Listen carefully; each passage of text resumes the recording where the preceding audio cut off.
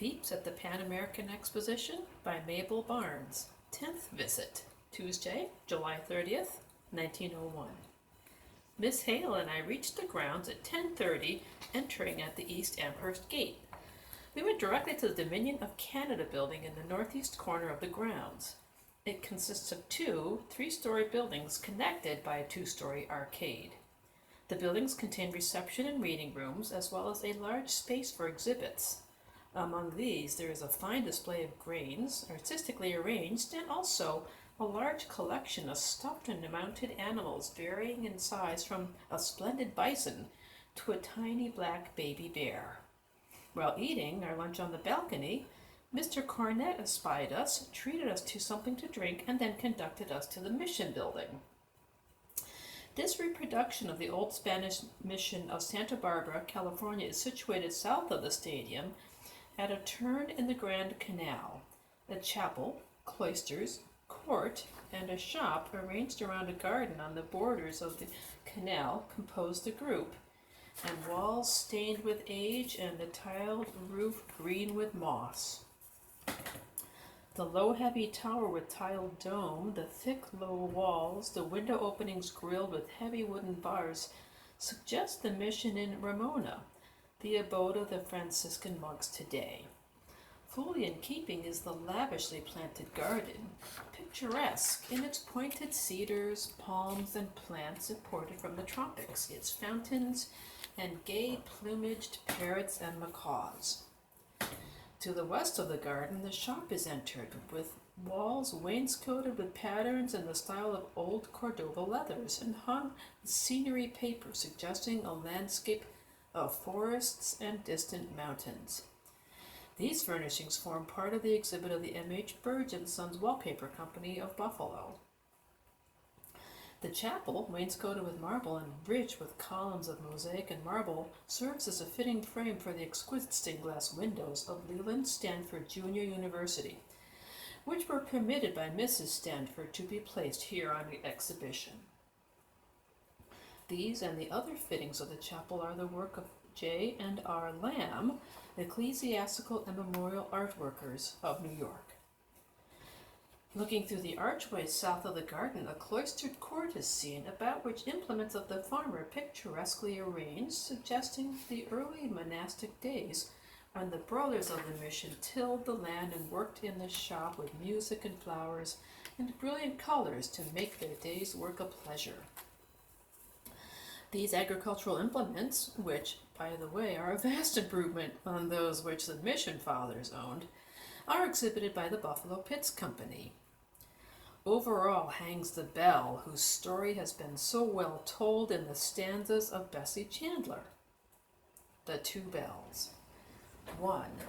Long years ago, so runs the ancient story, 2 bells were sent from Spain to that far clime, new found beyond the sea, that to God's glory and in his house together they might chime.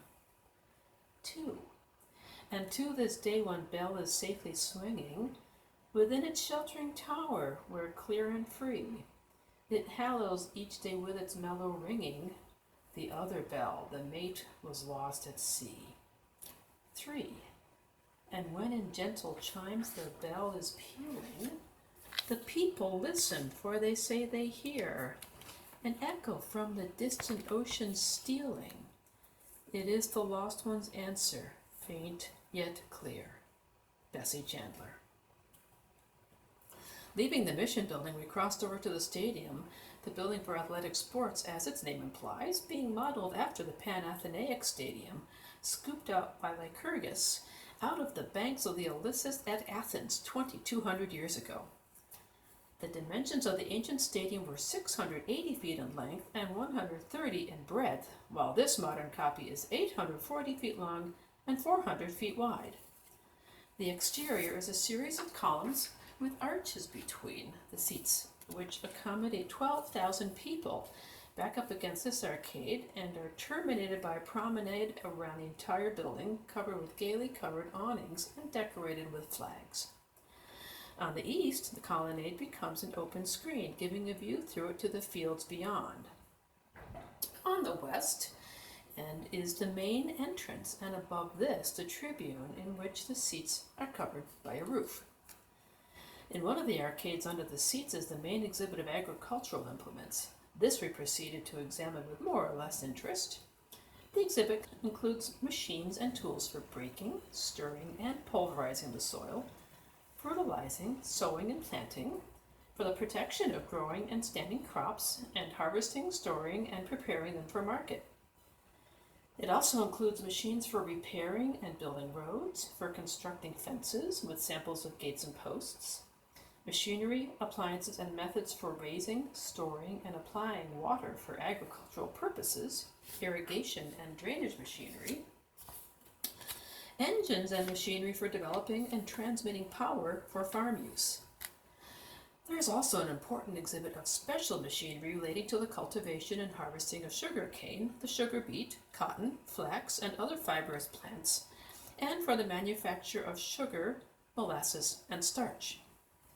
The largest individual displays were those of the Wyard Plow Company, Batavia, New York, Bickford and Huffman, Macedon, New York, Butcher and Grills Plow Company, the Oliver Chilled Plow Company, South Bend, Indiana, the Squire Manufacturing Company, Buffalo, New York, plantation machinery, PP Mast Company, Springfield, grain drills and cultivators, Deere and Mansour Company, Moline, Illinois, plows, corn planters, and harrows, the Mini Harvester and Binder, the Acme Knife and Tool Grinder, Studebaker Brothers Manufacturing Company, South Bend, Indiana, farm and heavy wagons, Colville Lawnmower Company, Newburgh, New York, the American Grass Twine Company, St. Paul, furniture, matting, rugs, and rope made of grass twine.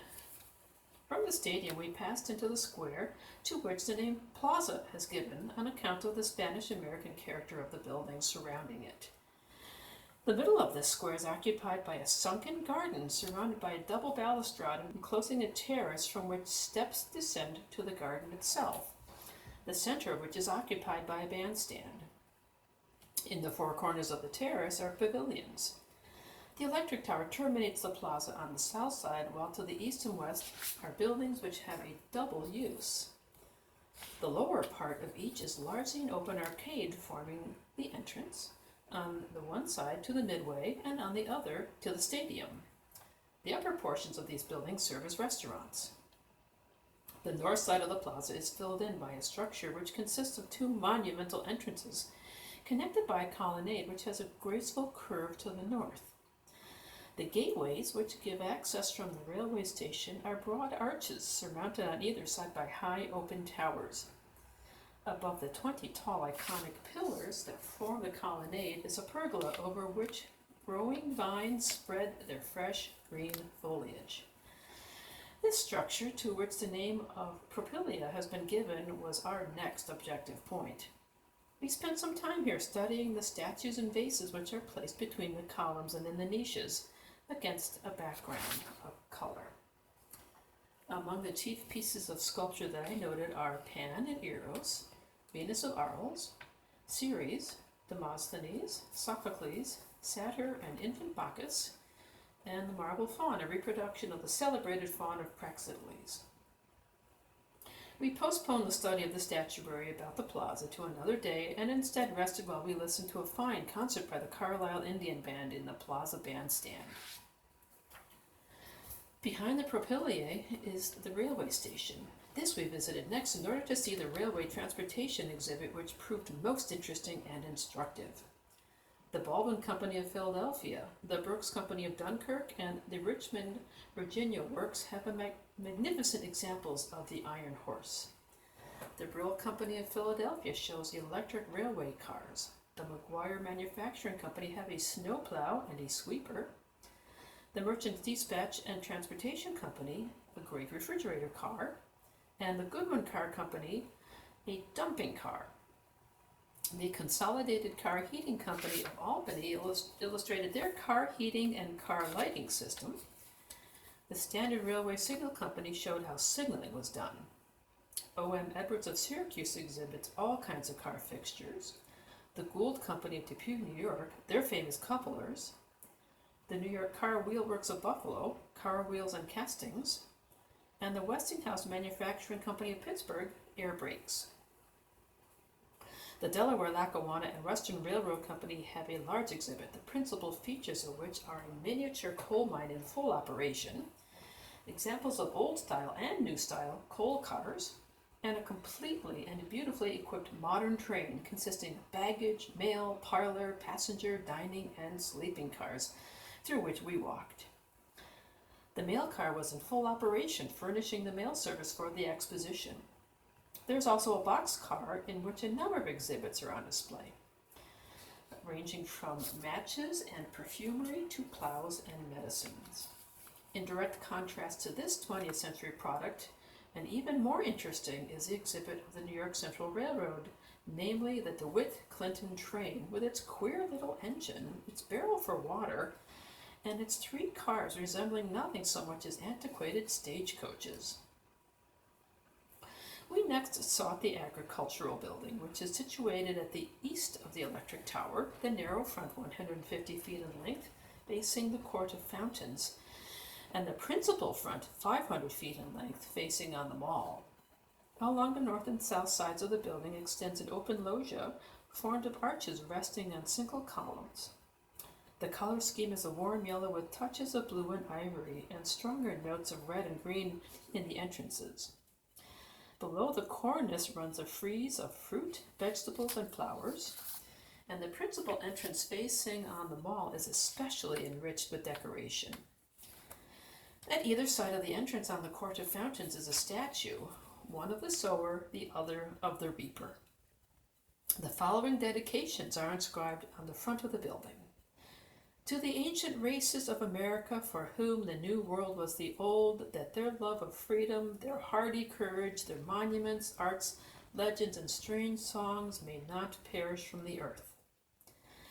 To the scholars and laborious investigators who in the old world and the new guard the lamp of knowledge and century by century increase the safety of life, enlighten the mind, and enlarge the spirit of man. In the building, the following countries and states had exhibits. Puerto Rico displayed tobaccos, canes, grains, coffee, chocolate, wines, hemp and fiber products, Panama straws, peanuts, cotton, nutmegs, and minerals. Nicaragua exhibited woods, grains, cacao, ginger ale, minerals, gold, onyx, and a beautiful collection of skins. Costa Rica showed native woods, cacao, vegetable sponges, cassia, pears, beans, corn, rubber, rice, wheat, barley, cork, medicinal plants, fiber and hemp products, and photographic views of the country. Bolivia has India rubber, cocoa beans, coca leaves, coffee, rice, wheat, barley, maize, tobacco, Peruvian bark, sugar, hardwoods, gold, silver, copper, lead, tin, borax, sulfur, bismuth, cobalt, antimony, wolfram, and alpaca and vicuna rugs. Guatemala has coffee, wines, and Bach beer. El Salvador exhibits hemp, rope, cacao, chocolate, castor oil beans, coffee, grains, vanilla, tobacco, indigo, dye woods, hardwoods, medicinal plants, tamarinds, India rubber leather, silks, embroideries, baskets, musical instruments, gold, silver, and copper ores.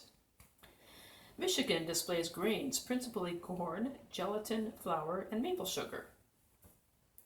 New Jersey has an exhibit of grains, plant foods, fresh vegetables, sweet potatoes, and a graphoscope containing 100 views of farmlands. Idaho's booth was elaborately decorated with its products of grains and grasses, seeds, and vegetables.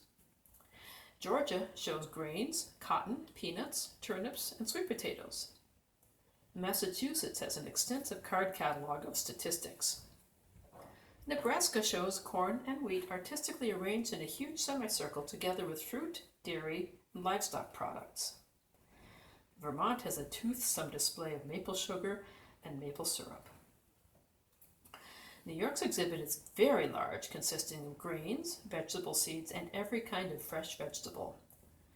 The New York State Museum shows a collection of spore-bearing and seed-bearing plants, wood fungi, wool, tobacco plants, ginseng, and models of agricultural implements. Oregon exhibits grains, wool, nuts, cascara bark, pine needle fiber, macaroni, vermicelli, flour, hops, potatoes, clams, wool, and a vegetable potpourri. Oregon has 2,500,000 sheep, from which there is an annual output of 28 million pounds of wool and an export of 1 million sheep for mutton. Rhode Island exhibits lobsters, starfish, oysters, scallops, and clams in various stages of growth. There are also papier-mâché models of native fish and views of the state. California has a very fine and artistic display of grains and flour. The French colonies, including Martinique, Guadeloupe, Guyana, Tahiti, Saint Pierre, and Miquelon, have an exhibit of seeds and fruits of useful plants, medicinal plants, sugars and cereals, coffee and cacao, seeds and fruits yielding oil, silk and beeswax, hides and skins of monkeys, spiny and flying fish, and a stuffed iguana. Washington displays potatoes, grains, and the specimens of fir tree bark, 23 inches thick. Wisconsin has grain and tobacco. Illinois has a booth which is constructed of corn stalks and decorated with corn and corn cobs. On the walls are two large pictures made entirely of corn, grass, and seeds, one depicting a prairie farm in 1850 and the other a prairie farm in 1900. Missouri exhibits wool, cotton, grains, tobacco, corn, sweet potatoes, and livestock. Minnesota has a large display of wheat and corn, wood, pig iron, coal, and brick.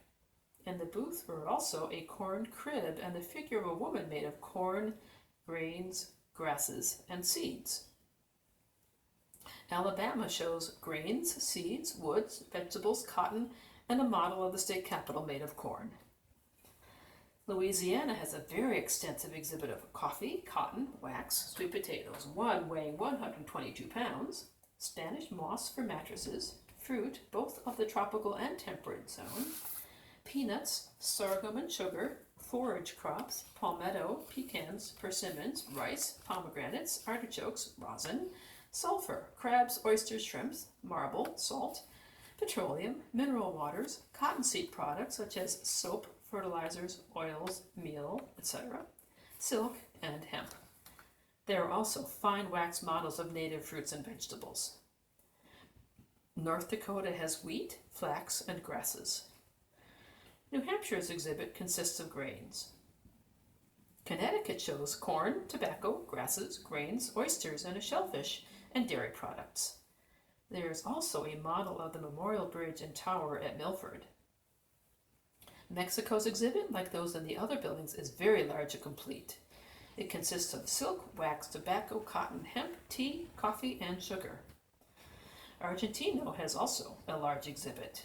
There are over 200 specimens of wool, fleeces, grains, silver, gold, coal, iron, lead, copper, soda, salt, the finest display of onyx in the exposition, woods, including a beautifully polished mahogany log 6 feet in diameter, dairy products, drugs and medicines, vegetable materials for dyeing and tanning, skins and leather. There are also stereopticon and photographic views of the country. Next to Argentina's exhibits were those of Peru, which included candles, soap, coca, tobacco, cotton, wool, hides, sheetings, woods, copper, lead, silver, and ornamental silverware, hats of Panama straw and felt, book bindings, and in a glass case an Inca mummy. Interesting, but rather repulsive to the view. We left the exploration of the gallery of the building for another day, taking our departure from the grounds at 6 o'clock.